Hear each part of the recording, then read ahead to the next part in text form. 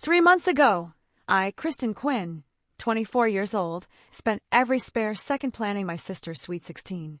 I booked a restaurant in Columbia, Missouri, made an album of our childhood photos, and spent hundreds of dollars, my own savings, to make it perfect. I imagined her face lighting up, grateful for once. But when the night came, the table sat empty. No sister, no parents, no explanation. My phone buzzed with a single voicemail from Dad. "We're in Paris. We just wanted to keep you busy." His laugh cut through me, sharp and cold. They had planned this, left me to set up a party no one would come to. My chest tightened, not with tears, but with something heavier. Betrayal. I stood there alone, the weight of 3 months of work crashing down. They thought I would just take it like always. I didn't argue. I didn't scream. I waited. A week later, my phone lit up, 36 missed calls in 1 hour from them. Panic in their voices, begging me to pick up. I sent one text back. "I'm very busy." They had no idea what I had done. If you've ever been taken for granted by the people you love most, hit that like button, subscribe, and drop a comment. Would you have answered those calls, or walked away like I did? It all started in a cramped cubicle where I juggled spreadsheets and party plans. Every day I buried myself in numbers at a local firm. My days were long, 8 hours at the desk, then nights going over invoices to keep the family afloat. I had been sending money for my sister's school fees and our household bills, barely getting by on what was left. My dream of becoming a photographer, capturing city lights or quiet fields, sat buried under stacks of tax forms. I told myself it was temporary, that family came first.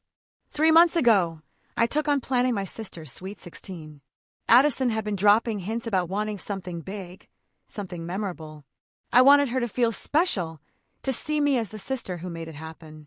I booked a private room at a cozy restaurant downtown, one with string lights and a view of the river. I spent hours designing invitations, picking a menu with her favorite sliders and cupcakes, and even tracking down a local band for live music. Every detail mattered, down to the napkins folded into little stars. The real effort was the gift.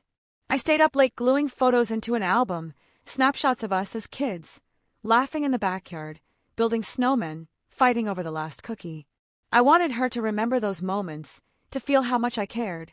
It cost me $500 from my savings, plus countless nights I could have spent on my own work.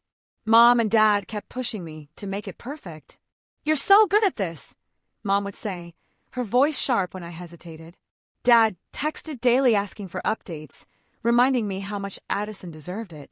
Their expectations piled on, heavy and unspoken, like I owed them my time, my money, my everything.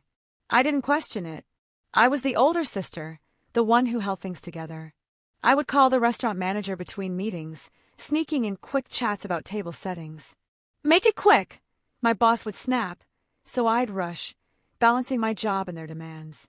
I thought about my old camera tucked away in a drawer, untouched for years. Photography classes, portfolio reviews, a chance to move to a city like Portland, they felt like someone else's life. I pushed those thoughts aside, focusing on Addison's big day. At home, Mom would hover, suggesting changes. "Addison loves pink, not purple," she'd say, flipping through my plans. Dad chimed in. "Don't skimp on the food. She's counting on you." I nodded, adding their notes, stretching my budget thinner. I spent $200 on custom decorations, another $100 on the band's deposit. My savings dwindled, but I told myself it was worth it. Addison would walk into that restaurant, see the effort, and maybe say thank you. I texted her about the party, asking for input. Her replies were short, "Cool," or "whatever you think." I figured she was just busy with school friends, her own world. I kept going, gluing another photo, checking another vendor.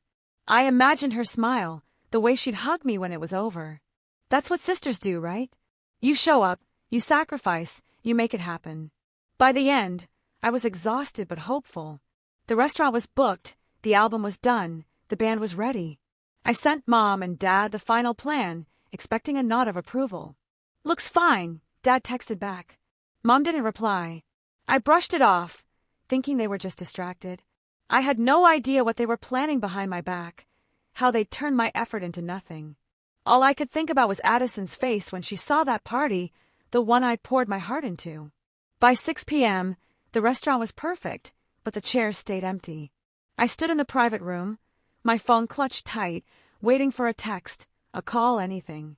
The band I'd hired was setting up their guitars, humming softly, ready for a crowd that hadn't shown. I checked my messages again. Nothing from Addison, Mom, or Dad. My stomach twisted, but I brushed it off. Maybe they were running late, stuck in traffic, or picking up last-minute guests. I paced the room, glancing at the door, willing it to open. At 6:15, I sent Addison a text. "Where are you?" "Party's starting." No reply. I tried Mom next, then Dad. Silence. The server, a young guy with a polite smile, approached me.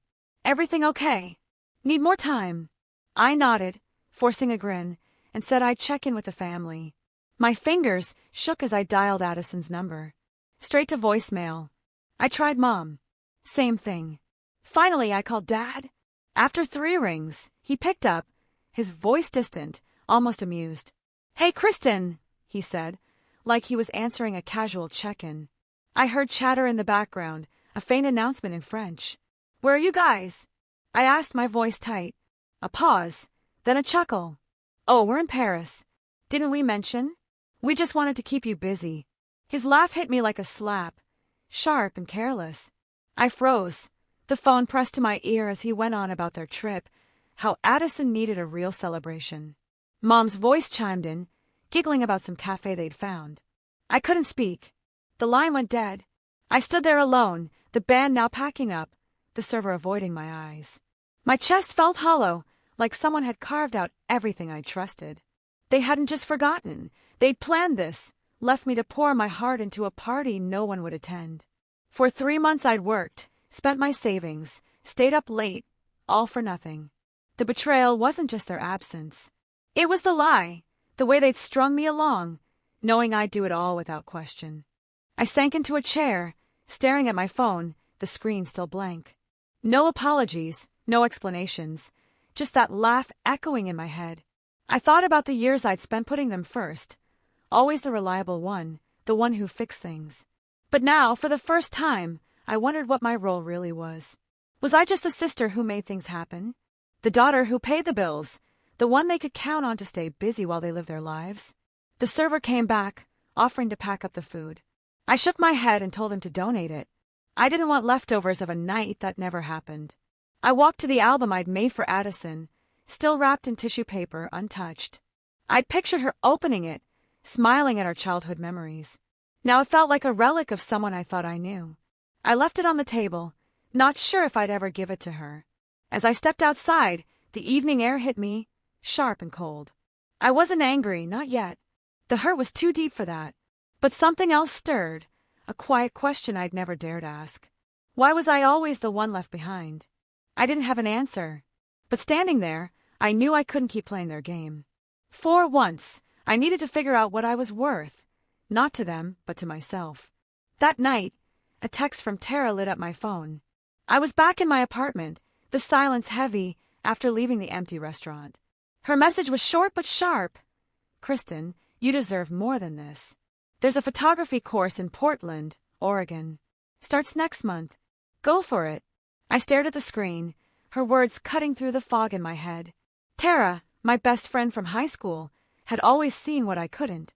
She'd moved to St. Louis years ago, chasing her own dreams, but we still texted now and then. This wasn't just a suggestion, it was a lifeline. I opened my laptop, still in my code, and searched for the course she mentioned. The website loaded, showing a program at a Portland art school focused on street photography and portfolios. The images were stunning, moody cityscapes, vibrant markets, misty bridges over the Willamette River. Each photo felt like a promise, a world where I could hold a camera again, not a spreadsheet. The course cost $1,500, but it offered workshops, mentorship, even a small gallery showcase. I scrolled through the faculty bios, picturing myself in their classes, learning to frame a shot, to tell a story with light. Portland wasn't just a city, it was a chance to start over. I pulled up photos online, coffee shops tucked under evergreens, galleries buzzing with artists, streets alive with murals. My heart raced, a feeling I hadn't had in years. This wasn't about running away. It was about running towards something. I'd spent too long putting everyone else first, letting my own plans gather dust. Tara's text was a spark, and I could feel it catching fire. I opened a new tab, checking flights from Columbia to Portland. A one-way ticket was $300, manageable if I dipped into what was left of my savings. I searched for apartments, finding a studio near the art school for $800 a month. It was small, but I didn't need much, just a place to sleep and a desk for my camera. I bookmarked the listing, my fingers moving faster now, like they had been waiting for this. Next, I checked my lease. I'd signed a year-long agreement, but there was a clause for early termination with a 1-month notice. I drafted an email to my landlord, keeping it simple. I'd be moving out by the end of the month. My job was trickier.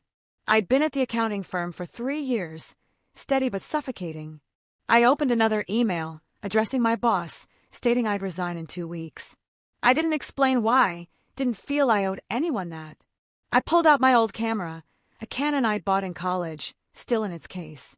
I hadn't touched it in years, but holding it felt like meeting an old friend. I imagined carrying it through Portland streets, capturing the way light hit a storefront or a stranger's smile. The thought made my chest ache, not with pain, but with possibility.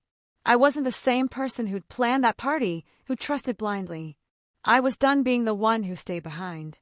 Tara texted again, "You got this. Don't let them hold you back." I smiled, typing a quick reply. "Thanks for the push." Her words were the only encouragement I needed, the only voice that mattered right then. I didn't tell her everything, not yet, but her belief in me was enough to keep going. I closed my phone, focusing on the screen in front of me. I registered for the course online, filling out forms, uploading a brief bio. I wrote about wanting to rediscover my passion, to build a portfolio that meant something. It felt honest, raw, like I was finally speaking for myself. The confirmation email arrived minutes later, locking in my spot. I stared at it, letting the reality sink in. I was going to Portland. I was choosing me. I thought about Mom and Dad, about Addison, about their trip to Paris. I didn't let myself dwell on their laugh, their betrayal. That was their story, not mine anymore. I opened a notebook, jotting down a list, cancel utilities, pack essentials, sell furniture. My life in Colombia could fit into a suitcase. I realized I'd been living so small, tethered to their needs. No more. I checked my savings, $2,000 left after the party and the ticket. It wasn't much, but it was mine. I need to find a part-time job in Portland, maybe at a coffee shop or a bookstore, to cover rent while I studied.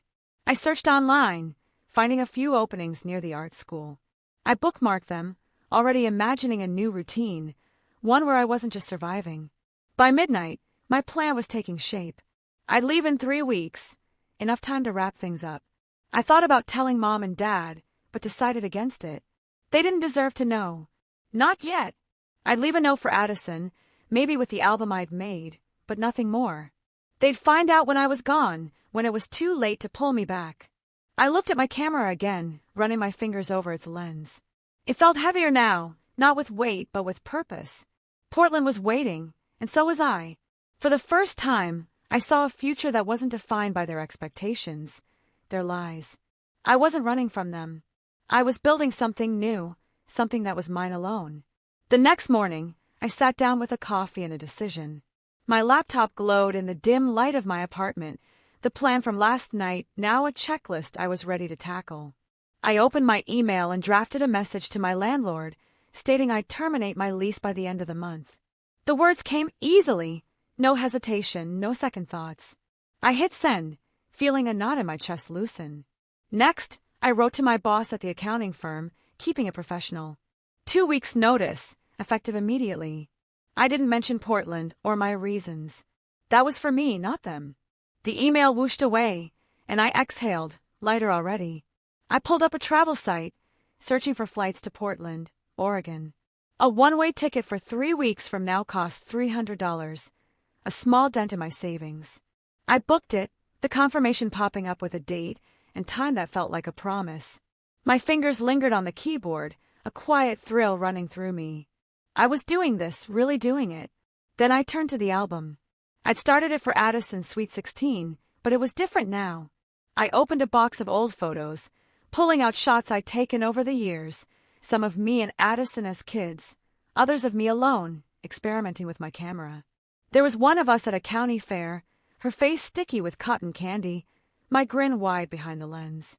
I arranged them carefully, gluing each one into the album, adding captions in neat handwriting.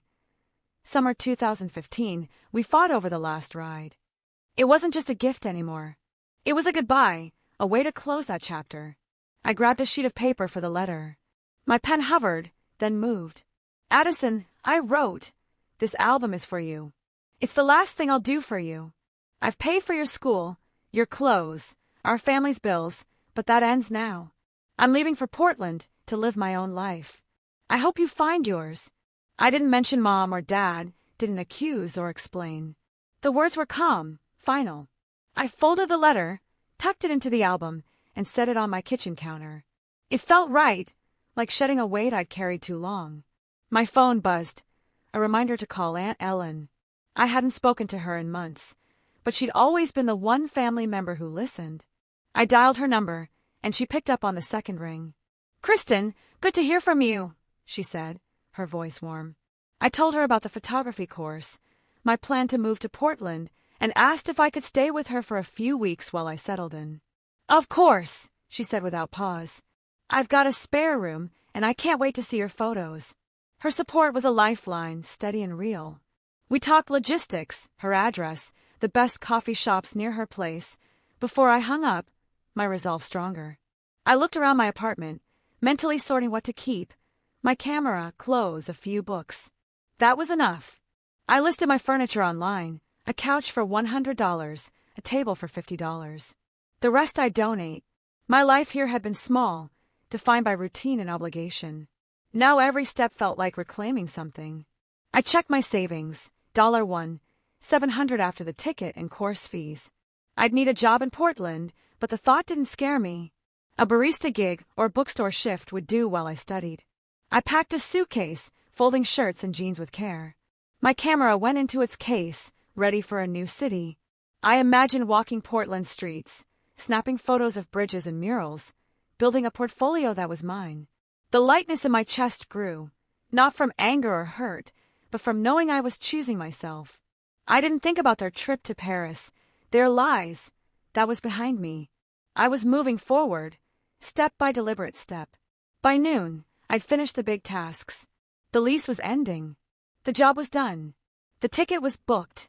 The album was ready. I sat back, sipping my coffee now cold. For the first time in years, I felt unburdened, like I could breathe without someone else's expectations pressing down. I wasn't running away. I was walking toward a life that felt true. Aunt Ellen's voice echoed in my mind, her excitement matching mine. Portland wasn't just a place. It was a beginning. I was ready. By noon, my phone was buzzing like it was possessed. I glanced at the screen. 36 missed calls, all from Mom, Dad, and Addison. Their names flashed relentlessly, each one a demand I wasn't ready to answer. I'd left the album and letter on the kitchen counter before heading out to run errands, figuring they'd find it when they got back from Paris. Clearly, they had. I ignored the calls, letting them pile up, and focused on picking up packing tape from the store. My life was moving forward, and their urgency wasn't my problem anymore. 2 days later, I heard banging on the door. "Kristen, open up." Mom's voice was sharp, laced with panic. I took a breath, steadied myself, and opened the door.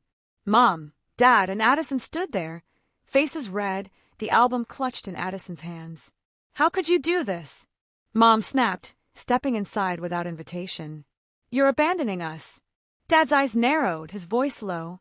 "This is selfish, Kristen. After everything we've done for you." Addison crossed her arms, glaring. "You're just jealous I got to go to Paris." I stayed calm, leaning against the counter. "I'm not abandoning anyone," I said evenly. "I'm done paying for your lies while mine waits." Mom's jaw dropped, but before she could speak, Dad cut in. "You think you can just walk away? We know you took money from our savings." My stomach flipped, not from fear, but from disbelief at their nerve.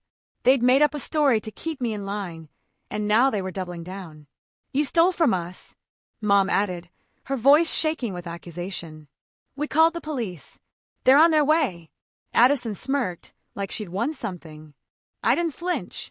I'd been ready for this, even if I hadn't expected it so soon. I didn't take anything, I said, my tone steady. Let's wait for the police, then. An hour later, 2 officers knocked on my door.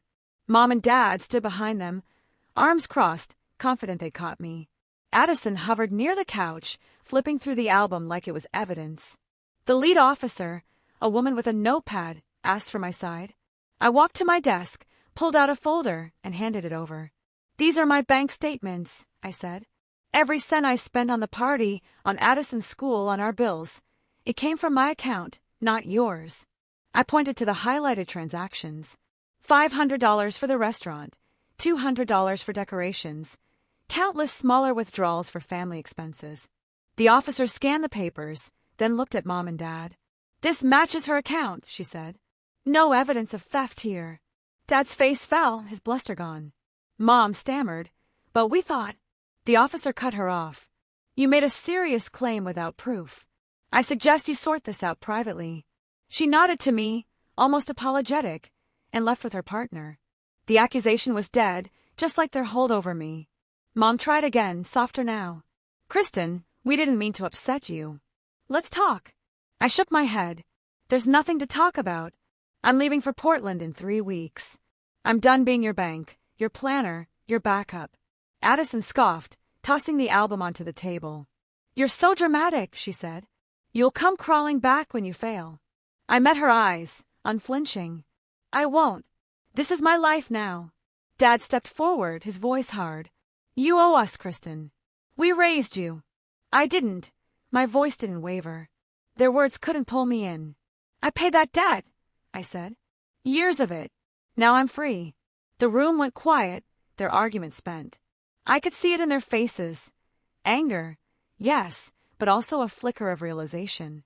They'd underestimated me, assumed I'd always bend. Not anymore. I opened the door, gesturing for them to leave. You've got the album, I said to Addison. Keep it.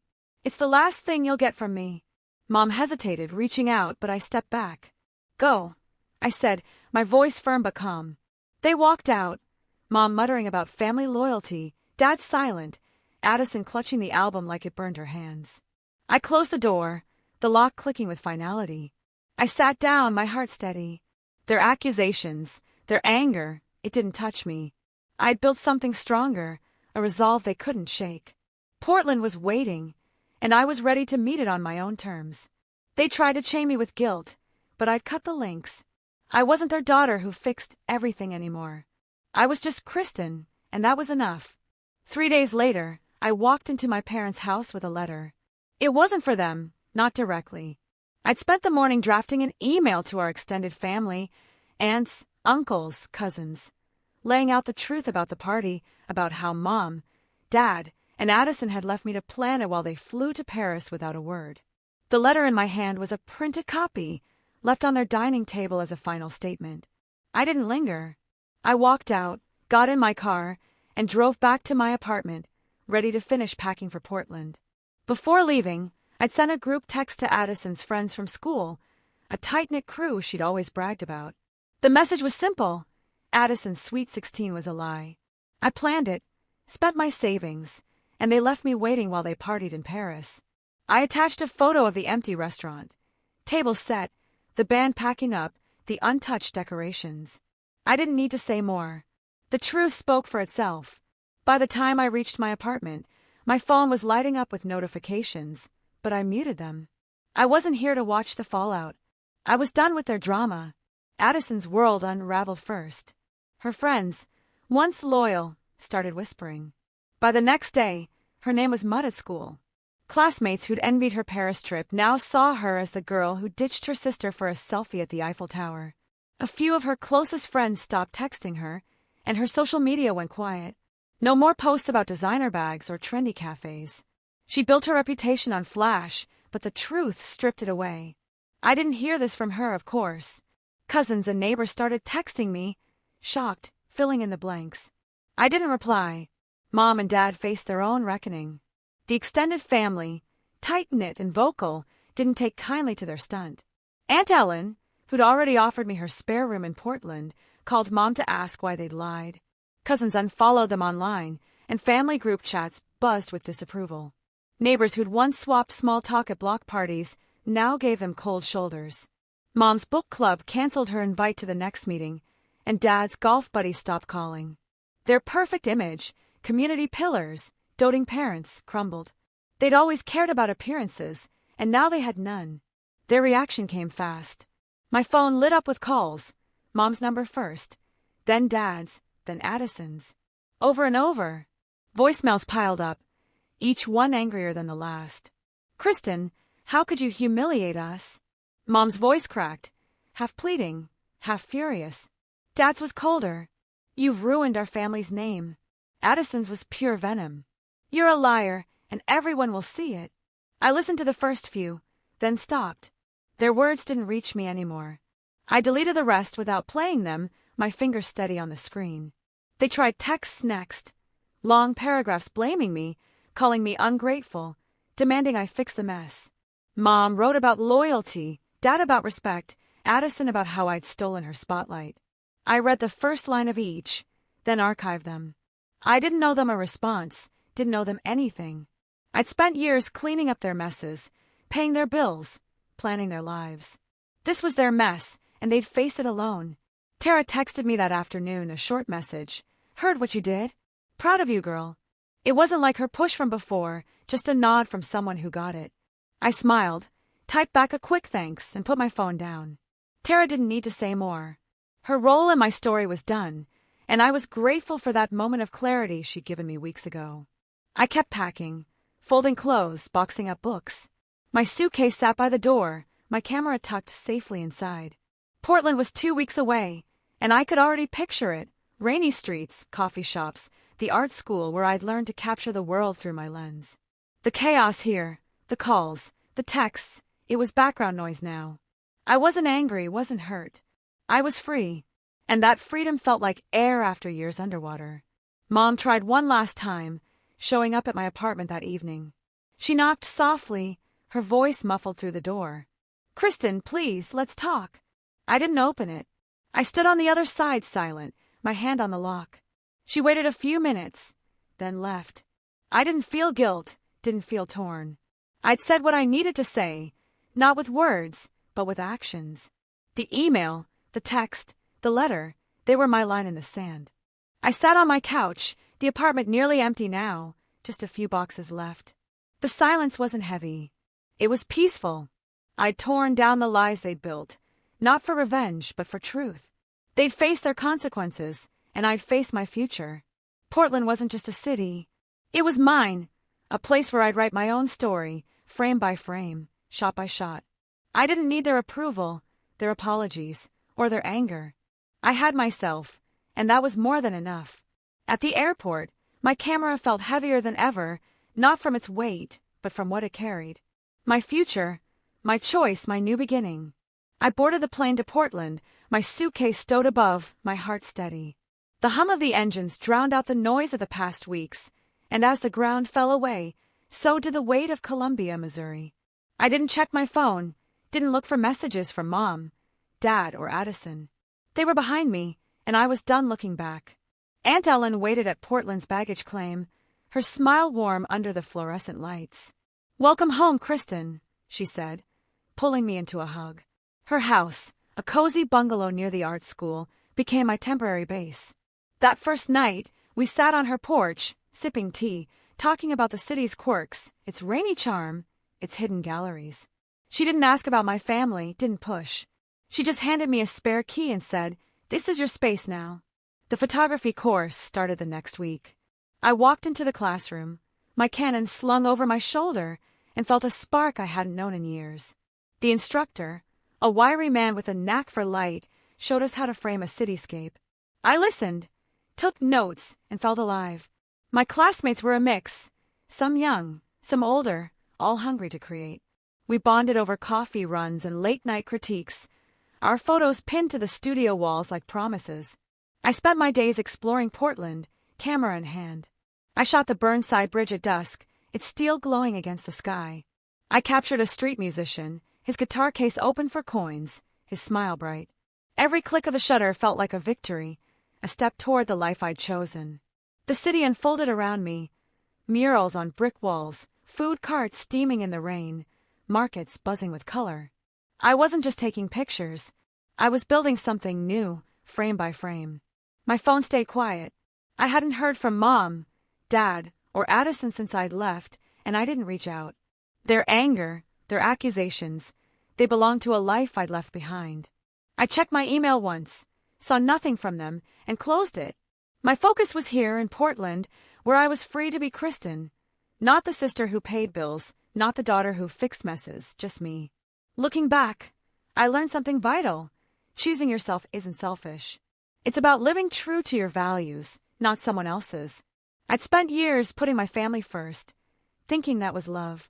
But love doesn't mean erasing yourself. It means setting boundaries, saying no, and building a life that's yours. Portland taught me that, and every photo I took was proof of it. To everyone listening to my story, thank you for sticking with me. I hope it resonates, maybe even sparks something in you. Have you ever had to set a boundary with family, to choose yourself over their expectations? Share your thoughts. I'd love to hear them. Your stories matter, just like mine did. They remind us we're not alone in finding our way.